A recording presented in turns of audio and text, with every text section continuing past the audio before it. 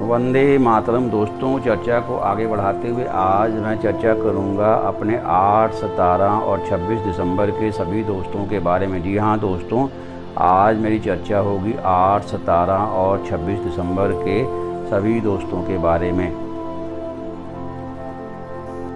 चर्चा मैं करूं इनके कार्यों की, तो कार्यों में दोस्तों 8, 17 और 26 दिसंबर के सभी मेरे दोस्तों को अपने प्रारंभिक जीवन काल में बहुत संघर्ष करना पड़ता है। अपने आप को किसी भी कार्य में स्थापित करने के लिए बहुत संघर्षरत रहना पड़ता है। मेरे 8, 17 और 26 दिसंबर के सभी दोस्तों की मैं बात अभी कर रहा हूँ। जी हाँ दोस्तों, प्रारंभिक उम्र बीत जाने के बाद, प्रारंभिक उम्र का तात्पर्य 32 से 35 साल की उम्र बीत जाने के बाद ये फिर अपने व्यवसाय में अच्छी तरह कामयाब हो जाते हैं, स्थापित करने में सफल हो जाते हैं। ऐसे सभी दोस्त जिनका जन्म 8, 17 या 26 दिसंबर को हुआ है, प्रारंभिक वर्षों के बीत जाने पर ये अच्छे तौर पर अपने कार्यों में सफल हो जाते हैं। अपने व्यवसाय में ये सफलता की आशा कर सकते हैं प्रारंभिक के 32 से 35 वर्ष के बीतने के पश्चात। जी हाँ दोस्तों,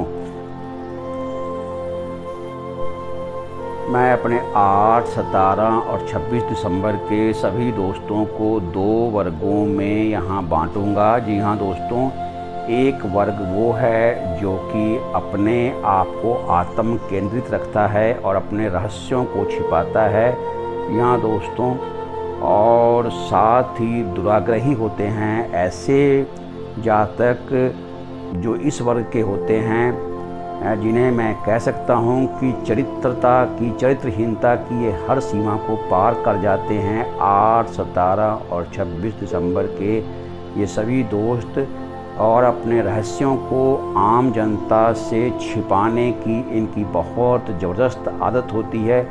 चारित्रिक रूप से मैं ऐसे जातकों को बहुत निम्न श्रेणी में मानूंगा। 8, 17 और 26 दिसंबर के मैं पहले वर्ग के जातकों की बात कर रहा हूं, और इनका एक दूसरा वर्ग होता है जो चरित्र की उतनी ही गहराई से उसकी रक्षा करना, वो अपने आप को उसकी रक्षा करने में लगा रहता है और आध्यात्म की ओर उसका पूरा झुकाव होता है। जी हाँ दोस्तों, उसका झुकाव आध्यात्म की ओर होता है और अपने चरित्र को ऊंचाइयों से की तरफ ले जाना इनका प्रमुख ध्येय होता है। और जो पहला वर्ग है वो बहुत चरित्रहीन और अपने रहस्यों को, निम्न रहस्यों को छुपाने वाले होते हैं। इनको मैं 2 श्रेणियों में बांटूंगा।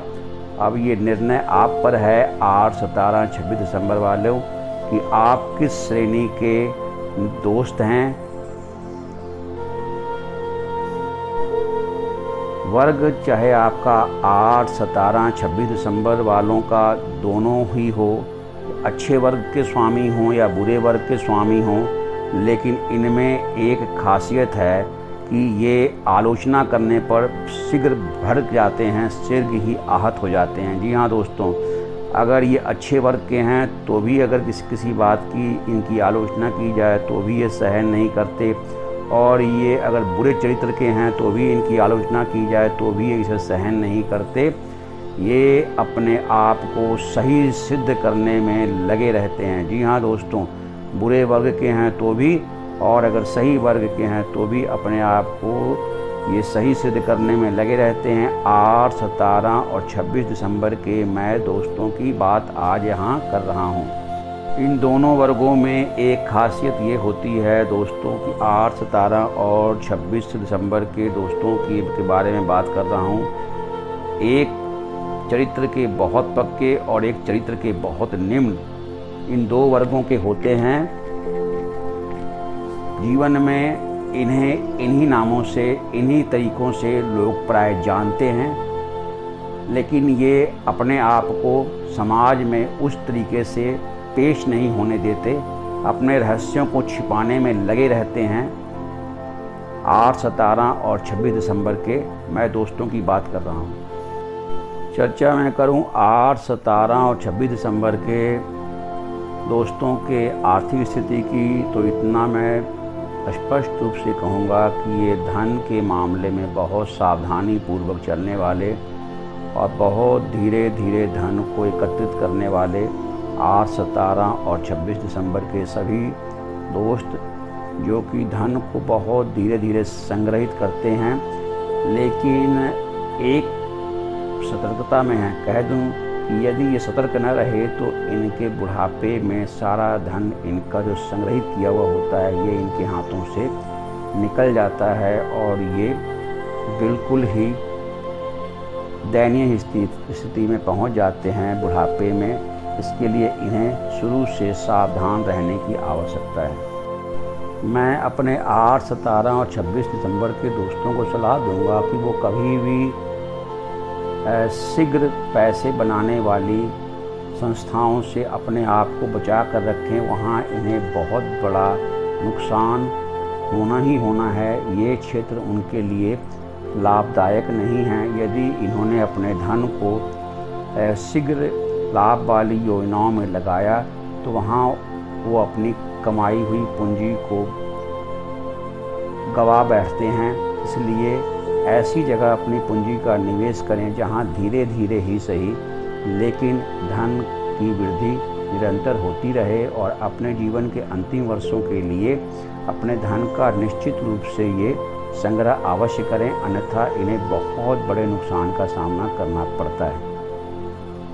क्या मैं करूं इनके स्वास्थ्य की, तो इन्हें आंतरिक रोगों के होने की बहुत संभावना होती है और कई बार इनका ऑपरेशन भी होता है। 8, 17 और 26 दिसंबर के मैं सभी दोस्तों की बात कर रहा हूं। इनके लिए मैं रंगों की चर्चा करूं तो इन्हें अपने जीवन में जितने भी डार्क कलर के वस्त्र हैं, डार्क कलर के वस्त्रों को धारण करना चाहिए। यदि इन्होंने अपने जीवन में डार्क शेड के वस्त्रों को धारण किया तो इनका जीवन सुंदर और सुखमय बना रहता है। अच्छा दोस्तों, अच्छे कर्म करते रहें, अपने पुण्य कर्मों के खाते को बढ़ाते रहें। इसी शुभ मंगल कामना के साथ मैं अजीत मिलता हूँ आपसे अगले वीडियो में। तब तक के लिए वंदे मातरम।